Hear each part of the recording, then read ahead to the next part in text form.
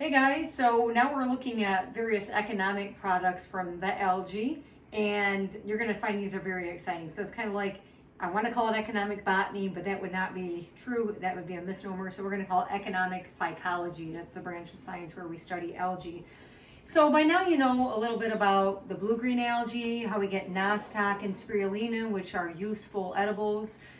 We certainly talked a lot about the green algae when we eat the sea lettuce, that's delectable. But now we've got a couple hands-on items just from my house that you probably have laying around your house as well, that are all algae products that you and I use quite frequently. So let's take a look here. I'm going to start with the brown algae group over here. So a lot of our healthcare products contain a product from brown algae called alginic acid. And alginic acid is found in a lot of different things. So cosmetics contain alginic acid.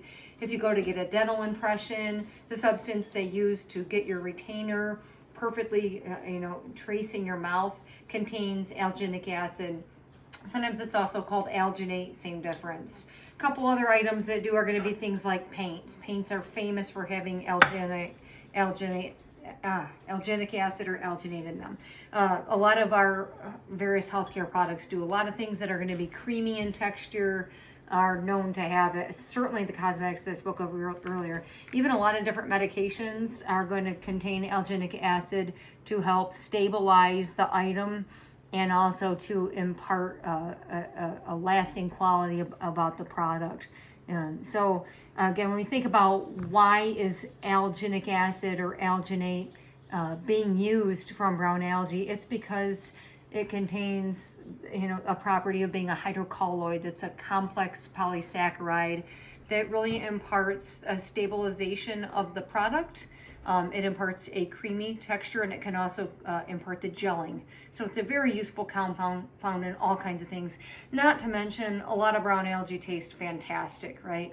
When it comes to wakame soup, for example, the main ingredient that makes it taste oh so phenomenal is indeed the brown algae. Okay, let's move on now to one that's probably lesser understood as far as its utility, and that's going to be the economic phycology of the diatoms. Diatoms are made of diatomaceous earth, obviously, which is really useful. One of the things that we can do with diatomaceous earth is, let's say you're having a pest problem in your garden with nematodes. Nematodes are microscopic animals. Or let's say, worse yet, you've got an infestation of cockroaches in your house. What you can do is you can sprinkle this around your garden, or sprinkle it around areas where the cockroaches might come into contact with it.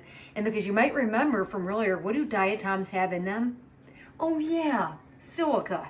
So silica then will basically erode the mouth parts of the animal and kill them. So I know it sounds kind of morbid, but it's a very effective way to mitigate things like cockroaches and other pests, such as, again, I talked about a second ago, the nematodes. But diatomaceous earth is used for all kinds of things. Pool filtration systems, wine filters, you name it. There's so many different applications. Cleaning products. Obviously, I don't have a lot of cleaning products in today's lab because I don't like to clean. But sometimes I might break a nail and you got to file it down. So here you go. Diatoms are responsible for that. Anybody that's ever had to sand anything with sanding paper or sanding belt, you know all too well that you rely on that utility coming from diatoms. Reflective paint, such as reflective highway paint, also contains diatoms. All right, guys, now I'm going to get into one of my favorite groups here. That's going to be our red algae, because when it comes to economic algae, red algae are where the money's at. Whether it's agar or agarose or certain fertilizers, there is one special compound in red algae, and it's called Carrageenan. What is it found in? My running joke is when it comes to algae is, what isn't it found in? So here's the deal, guys. How many of y'all brushed your teeth today? Yeah, I did. So they probably look a little better. Yep, so a very common day-to-day item that virtually all of us have used recently, hopefully anyway, is going to be Carrageenan, found in toothpaste. It's a hydrocolloid. It makes it creamy and it stabilizes the toothpaste itself. It's found in a lot of shampoos and lotions and some cosmetic items. Certainly pudding. What's the utility behind it in pudding? As you guys can see, it is an ingredient right here in the box. Here's the deal. as I made the pudding moments ago, it was liquefied, right? We all know that, but again, it's a gelling agent. So here it is, guys, one of my favorite desserts, chocolate pudding. Literally, this is crazy science, right? It's literally sticking to the pan. I mean, I could virtually turn it upside down and it's not gonna fall out. That's because of the hydrocolloid called Carrageenan, which is again derived from red algae. So this is, again, why I'm not pouring pudding now all over my house, because it's got the good gelling agent. Ice cream, another favorite here that contains it.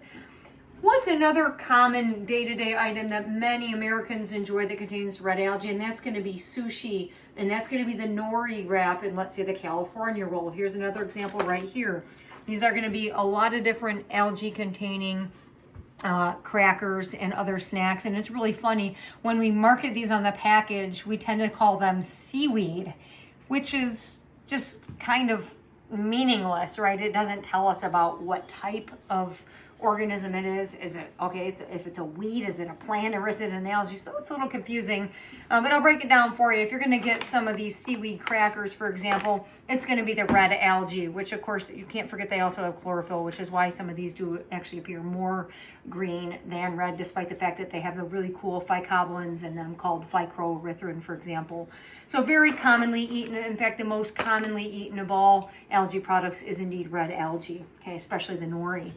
Well, last thing I'm going to talk about something, since we're on the topic of diet, and that is one thing that we don't oftentimes get enough of out of our diets, and that's the importance of omega-3 fatty acids, which are linked with a lot of great health benefits, both for our human brain and for our heart. So I think it's important that we step back and we think about omega-3s, and a lot of people take omega-3s and they're like, yeah, you know, I take omega-3s, but they just taste terrible with the fish burp. But think about it for 2 seconds. Where did the fish get that omega-3 from? What's at the bottom of that food chain in either the fresh water or this marine environment?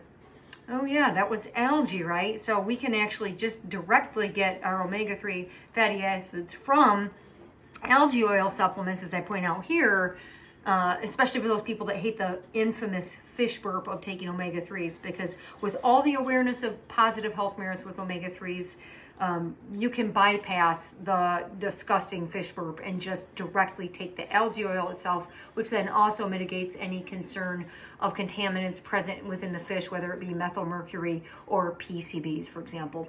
So I think that's a wrap, guys, for economic algae.